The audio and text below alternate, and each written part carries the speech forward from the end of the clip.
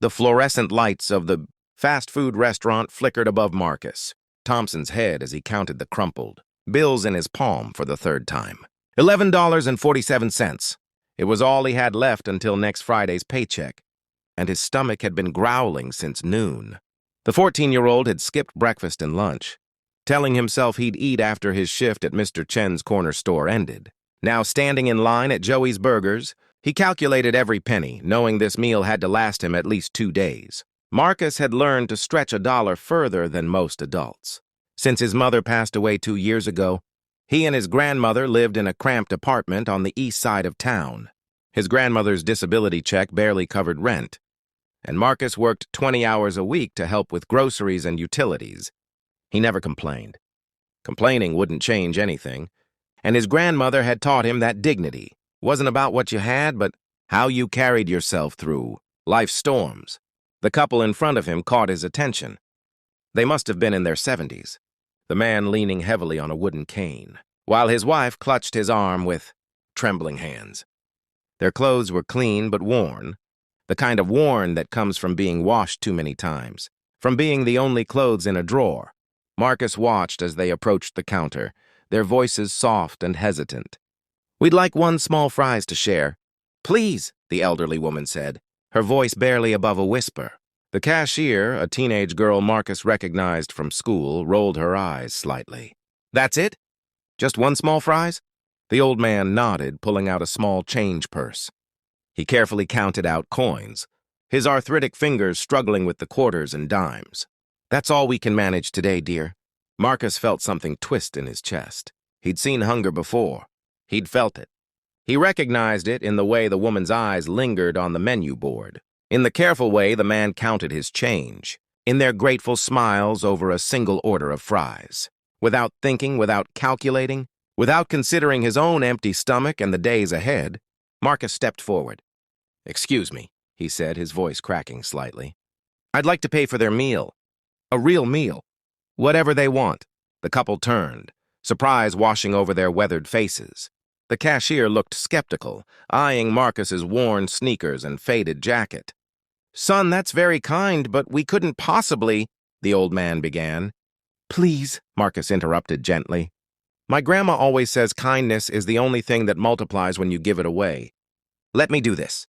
The woman's eyes filled with tears. "Bless you, child. Bless you."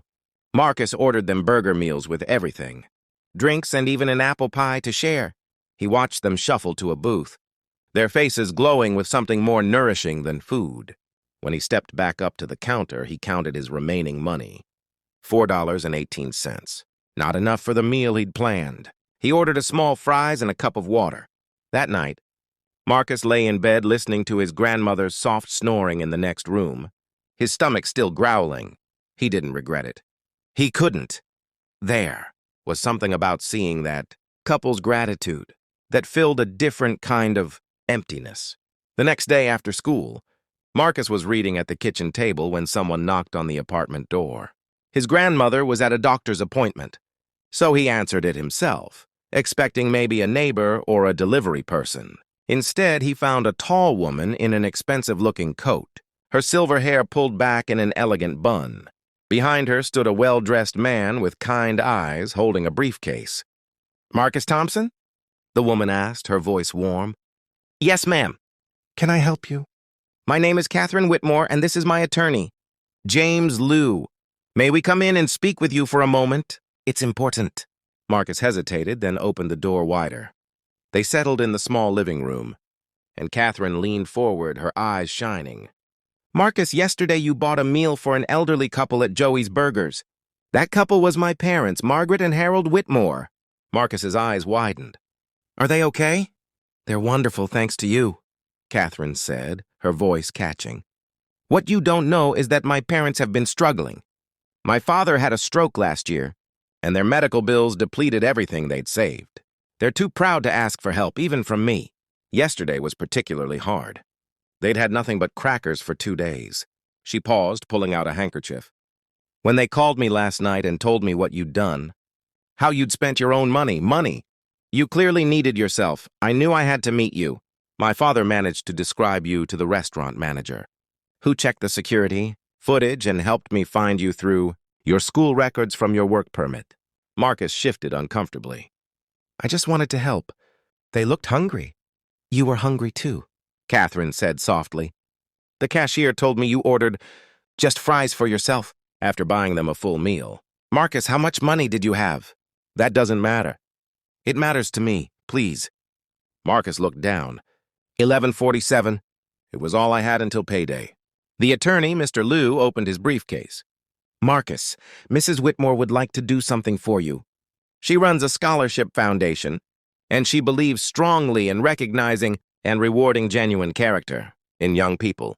Catherine nodded. Marcus, I'd like to offer you a full scholarship to any high school and college you choose. Room, board, tuition, books, everything. Additionally, I'm establishing a monthly stipend for your grandmother to ensure she's comfortable and you can focus on your education rather than working to survive. Marcus couldn't breathe. The words didn't make sense. I don't understand. I just bought them dinner. You gave them your last bit of money when you were hungry yourself, Catherine said, tears streaming down her face now. You saw two strangers and chose their comfort over your own survival. That's not common, Marcus. That's extraordinary. And extraordinary people deserve extraordinary opportunities. But why? I mean, you must meet lots of people who... No, Catherine interrupted firmly. I meet plenty of people who donate money they'll never miss. I meet people who volunteer when it's convenient. I rarely meet someone who gives sacrificially, who understands that real generosity costs something. You reminded my parents that the world still has goodness in it. You reminded me too. Mr. Liu handed Marcus a folder. These are the preliminary documents. We'll need your grandmother to review and sign them, but Mrs. Whitmore wanted you to see this today. There's also this. He handed Marcus an envelope. Inside was a check for $5,000. For immediate needs, Catherine explained. Fix anything that needs fixing. Buy food, get new clothes, whatever you and your grandmother need. Marcus's hands trembled as he held the check. His vision blurred with tears he'd been holding back for 2 years. Since his mother died, since he'd become the man of the house at 12 years old, since he'd learned that sometimes courage means going to bed hungry. So your grandmother can eat. I don't know what to say, he whispered. Catherine stood and placed a gentle hand on his shoulder. Say you'll accept it. Say you'll take this opportunity and become everything you're capable of being.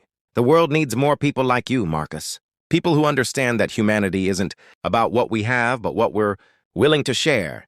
When his grandmother came home an hour later, Marcus was still sitting on the couch. The check and documents spread before him, tears drying on his cheeks. As he explained everything, she pulled him into her arms and whispered, Your mama would be so proud. I'm so proud. That evening, Marcus walked back to Joey's Burgers.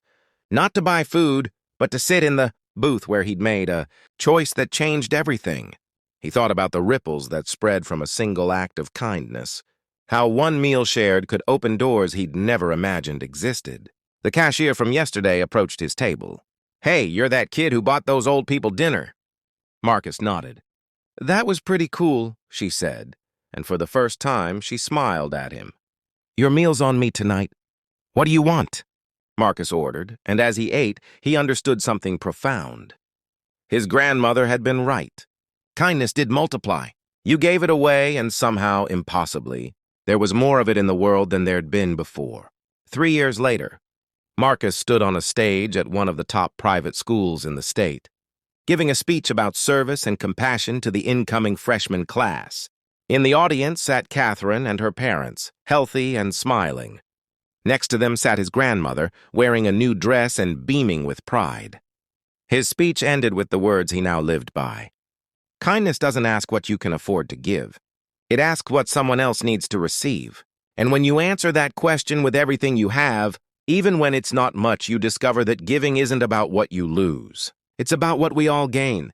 The applause thundered around him. But Marcus's mind was back in that restaurant, standing behind two strangers, making a choice that proved his grandmother right. Kindness multiplies, always